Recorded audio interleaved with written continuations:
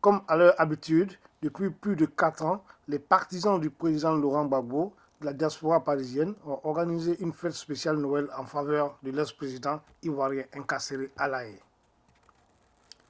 Ce fut un moment de forte mobilisation, de grandes émotions et de paroles fortes. Ils étaient tous là, les amis de Laurent Gbagbo, sa famille biologique et politique, et les partis politiques alliés au FPI. Albert Brogy, Claude Koudou, Pascal Logbo, Arsène Toubo, Dobo Raphaël, Eric Kaye, Willy Bla, Abiba Touré, Jean André. À leur façon, chacun a souhaité un joyeux Noël au président Laurent Gbagbo, avec le soutien de plusieurs artistes. Nous les écoutons. C'est mineur par rapport au fait qu'on se retrouve ici tous réunis pour célébrer Laurent Gbagbo, pour être avec lui. Je voudrais simplement d'ailleurs vous dire, et vous le savez sans doute chacun d'entre vous, qu'au fond, Laurent Gbagbo nous entend, j'ai l'impression qu'il nous sent, il le sait, j'en suis convaincu, et qu'au fond, il est de connivence avec nous ce soir, bien évidemment. Et en venant ici, je dois dire, célébrer ce Noël dédié à Laurent Gbagbo, je suis convaincu que c'est le dernier des Noëls. C'est le dernier des Noëls que nous avons célébrer ici. Je suis convaincu. Tout à l'heure, mon ami le présentateur qui disait que j'étais professeur agrégé de droit. Oui, c'est vrai, je suis professeur des universités agrégé de droit. Mais malheureusement, dans la détention de Laurent Gbagbo, le droit est absent. C'est la petite politique, la petite, pardonnez-moi l'expression, vermine politique qui a été à l'origine, bien évidemment, de tout ce qu'on a vécu, et tout ce que vit, bien sûr, Laurent Gbagbo. Laurent Gbagbo, nous sommes bientôt en 2016, nous serons dans quelques jours en 2016, et 2016 ne se terminera pas sans que Laurent Gbagbo soit parmi nous, sans que Laurent Gbagbo, moi je suis convaincu que Laurent Gbagbo non seulement soit parmi nous, mais qu'au fond, il puisse reprendre véritablement le flambeau politique. Gbagbo se retrouvera à la tête de la Côte d'Ivoire un jour ou l'autre. C'est le destin du politique. J'en suis intimement convaincu. Je n'ai aucun doute sur le fait que, vous savez, tout compte fait, qu'à terme, même pas à terme, dans peu de temps, tout le monde connaît la vérité. Et en réalité, il n'a même plus besoin de parler. Là où il est, bien évidemment, il ne parle pas, il sent, il nous écoute, il est, comment dirais-je, il y a des ondes qui sont en lui et qui permettent sans aucun doute de juger un petit peu ce qui se passe autour de lui. Et il suffit simplement d'observer aujourd'hui la vie politique telle qu'elle se déroule à Abidjan, en Côte d'Ivoire. J'ai vu, je dirais le nom, un expert international il y a très peu de temps qui me dit « ça va très mal en Côte d'Ivoire ». Et Dieu sait qu'il y a quelque temps encore, ma foi, il me posait des questions, un an ou deux, il me posait des questions un petit peu saugrenues mais provocatrices, et qui n'allaient pas précisément dans le sens qui est aujourd'hui celui qu'on peut imaginer. C'est-à-dire qu'au fond, regardez un peu dans le coin, c'est une vie politique anesthésiée qui est aujourd'hui qui recourt en Côte d'Ivoire. C'est une vie politique qui n'a aucune finalité, c'est une vie politique qui ne cherche qu'à réunir les petits copains et les coquins. Donc ça signifie tout simplement, je dois dire que je ne veux pas faire de discours politique. Irène m'a donné la possibilité de venir. Je ne pensais pas que j'allais m'exprimer, mais en me tendant un micro, je le prends, je m'exprime. Encore une fois, en tout cas, merci d'abord à Irène, merci à vous aussi de nous accueillir. Merci en tout cas de nous réchauffer un petit peu le cœur. C'est vrai, j'ai été plusieurs fois, j'ai été avec Evelyne, une fois, deux fois, je retourne et on trouve un Laurent Gbagbo toujours serein, habité par j'ai envie de dire, la sérénité, habité par l'absence de rancœur et qui, quel que soit les thèmes même des conversations que l'on peut avoir, j'ai été avec un ministre d'État sénégalais qui était un de ses amis, nous avons été à trois, retrouvés là-dedans pendant 3 heures et demie, c'était le même, Laurent Gbagbo, les années comment dirais-je, de détention absurde, brutale, comment dirais-je, j'ai pas d'adjectif à rajouter, Laurent Gbagbo n'a rien perdu de ça, non seulement de sa lucidité politique, mais de son énergie et de son courage politique.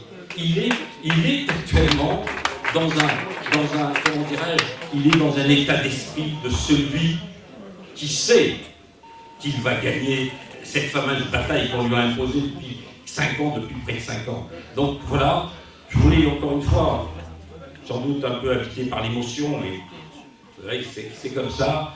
Ça fait des années 80, quand il était en exil, j'ai eu à le rencontrer. J'ai eu à rencontrer, à bien évidemment le côtoyer, à être avec lui. Je me souviens des années où j'allais dans les années justement 80, avant 90, notre tournant politique, de discuter avec lui de tas de choses. Et puis bien évidemment, nous étions là. Moi j'étais là en 2000 avec mon ami Guy Laberty. Nous étions là, accompagnant Laurent, allant voter avec lui là-bas, enfin à côté de lui, pas avec lui. C'est vrai qu'on était juste à côté. Je suis au courant, les réunions, les convois, les fêtes, tout ça finalement met du baume au cœur, bien évidemment, à Laurent Gbagbo. Mais vous ne pouvez pas imaginer les faits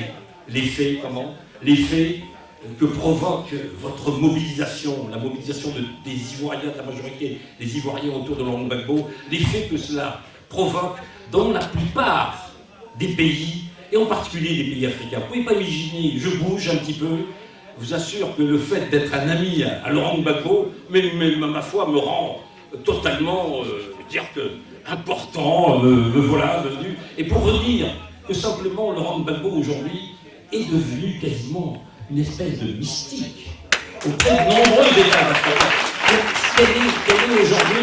Quel est aujourd'hui le chef d'État en fonction ou aspirant à être là où il doit être, où il espérait, ou qui a même accompli, je ne sais pas, une mission présidentielle dans un pays quelconque? Quel est celui qui a véritablement fait bouger les choses et qui a en quelque sorte interpellé les Africains quant à la voie politique qui est tracée et qui a véritablement peut-être donné un exemple de courage politique, de ténacité et sans aucun doute aussi de volonté absolue de défendre les intérêts de son pays et rien d'autre, de ne pas tenir compte d'un environnement qui était complètement hostile.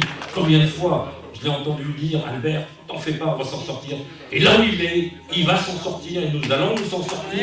Et nous allons, je suis convaincu, l'année prochaine, faire un Noël à Paris avec Laurent Gbagbo, qui viendra ou ne viendra pas, en tout cas il nous enverra un message, quel que soit aujourd'hui la communication, les progrès de la communication sont tels que ça sera le cas. Merci. Aucun peuple, si pauvre soit-il, ne peut être assujetti contre sa propre volonté. Vous savez, transmettre un message au président Laurent Gbagbo, que lui dire qu'il n'a été déjà dit. Lorsque le 5 octobre dernier, je me suis retrouvé en face de lui, je ne l'ai appelé ni grand frère, ni camarade de lutte. Je l'ai salué droit dans les yeux. J'ai dit bonjour, monsieur le président. C'était pour moi ma façon de lui dire qu'il demeurait dans mon esprit, malgré la détention à La Haye, qu'il demeurait pour moi un homme de valeur, un homme de grande probité, un homme que je respecte. Oui, voilà aujourd'hui 5 ans que nous passons notre 5e Noël, certainement pour certains, en dehors de nos familles, en dehors de la terre qui nous a vu naître, en dehors des êtres qui nous sont chers, hélas. Mais jamais la détermination des uns et des autres n'a faibli, et c'est cela aussi qui est l'essentiel. Dans ces 5 ans, je peux vous avouer que j'ai ma part de responsabilité de vous avoir mis sur les chemins de l'exil. Parce que j'ai accompagné le président Laurent Gbagbo dans son programme, je l'ai accompagné dans ses décisions, et je ne peux pas fuir ma part de responsabilité que de dire aujourd'hui que si culpabilité il y a, je suis aussi coupable. Mais peut-on être coupable d'avoir choisi des valeurs, d'avoir choisi le chemin de l'amour pour son pays? À partir de ce moment-là, je ne peux que me réjouir. Vous souhaitez à tous un joyeux Noël. Et je dis aussi au président Laurent Gbagbo un joyeux Noël. Mais mon joyeux Noël s'accompagne de remerciements. Merci de nous avoir permis de choisir les valeurs. Parce que c'est ce que l'on retiendra. Mais merci surtout de nous avoir enseigné à haïr la haine et à la combattre et à la détester partout où elle se trouvera. Je suis Arsène Touo et je suis le secrétaire général adjoint chargé de la diaspora à l'URG. Je voudrais ici remercier d'entrée les dames, les braves dames qui ont eu cette initiative et dire que si je suis là, c'est parce que le président Stéphane Kipré n'est pas présent lui-même dans la salle. Sinon, je ne serais pas là au micro. Et s'il n'est pas là, c'est parce qu'il a décidé d'aller traduire en acte à la haine en ce moment même ce que vous avez décidé de faire ici symboliquement pour le président Gbagbo. Merci à vous. Moi, je ne fais que mon travail, on fait ce qu'on peut à nos niveaux respectifs. Donc c'est vous que je remercie, c'est vous qu'il faut applaudir, c'est pas moi particulièrement. Donc merci, joyeux Noël. Vous savez, la lutte, quand elle est linéaire, on a l'impression qu'elle n'avance pas. Mais c'est quand il y a des bouleversements qu'on sent l'avancement de la lutte. Il fut un moment où on ne voyait plus les choses bouger. Mais depuis que le camarade Soro a fui la France pour se réfugier en Côte d'Ivoire, France, nous commençons à sentir la lutte. Nous commençons à voir le réveil de ceux qui dormaient hier. Le président Laurent Gbagbo est le président des paradoxes. Parce que c'est lorsque c'est impossible que le président Gbagbo arrive pour que cela soit possible. Je n'ai pas besoin de vous faire des dessins. Le président Gbagbo a été celui, je vous rappelle simplement, qui a fait que l'opinion multiple est possible en Côte d'Ivoire. Alors, pourquoi vous avez peur que le président Laurent Gbagbo ne puisse pas sortir de prison? Je vous dis, il est le président de l'impossible. Au-delà de l'aspect festif, n'oubliez pas qu'ils sont en prison. Continuez à être mobilisés. Continuez à être debout jusqu'à la libération du président Laurent Gbagbo de tous les prisonniers politiques et militaires. Je remercie déjà pour la mobilisation constante en faveur du président Laurent Gbagbo. Moi aussi je le considère comme mon président parce que oui, c'est mon président parce que j'ai vu des choses en lui qui m'ont convaincu. Comme je l'ai fait dans mon dernier poste, je ne l'aime pas par amour, je ne le connais pas, mais il y a quelque chose qui m'a séduit en lui, et c'est sa vision. Et cette vision-là, il faut que nous, les jeunes de l'Afrique, nous essayons de suivre le pas pour témoigner aussi ma solidarité au peuple ivoirien. Parce que quelque part, je me suis senti responsable de ce qui s'est passé en Côte d'Ivoire, et je l'ai toujours dit, le silence complice du peuple burkinabé a aussi contribué à cette situation-là. Et donc aujourd'hui, pour moi, c'est aussi un combat. J'espère qu'ensemble nous allons la gagner et le gagner plutôt. Je tenais simplement à remercier tout le monde et mon ami Steve Biko pour l'honneur qu'il me fait quand même de m'adresser à vous tous. Et merci bien. Merci à vous. Merci Aruna. C'est pour dire que nous, le combat dans lequel nous sommes engagés à notre humble niveau, ce que nous essayons de faire, c'est de réunir le maximum de jeunes Africains autour de la vision de l'Afrique que défend le président Laurent Gbagbo. Et je pense que dans les semaines à venir, nous pourrons présenter 54 jeunes venant des 54 pays africains qui vont parler d'une même voix pour demander la libération du président Laurent Gbagbo. En bon tournant à tous, on va présenter les vœux au président. Joyeux Noël, notre père, notre président, notre ami, notre tout. Je ne peux rien dire d'autre. Vraiment, on est tous dans l'émotion. C'est la première fois vraiment que je viens assister à cet événement parce que j'estime que c'est la dernière et qu'on n'aura pas à y revenir. Joyeux Noël au président et joyeux Noël à nous tous. Bonne soirée et merci, en tout cas, merci du fond du cœur d'être là si nombreux.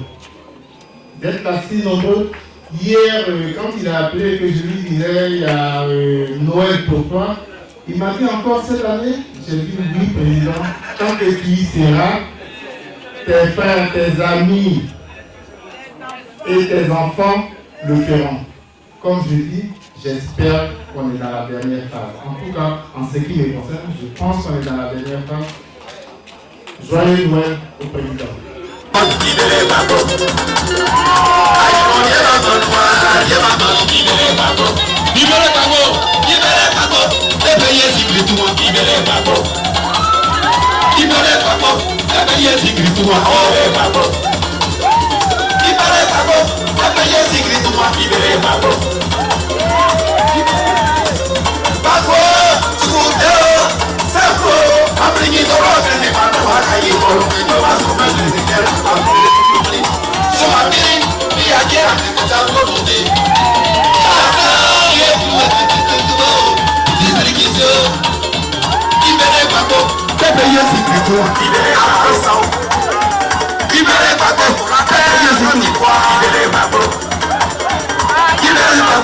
Au nom de la justice,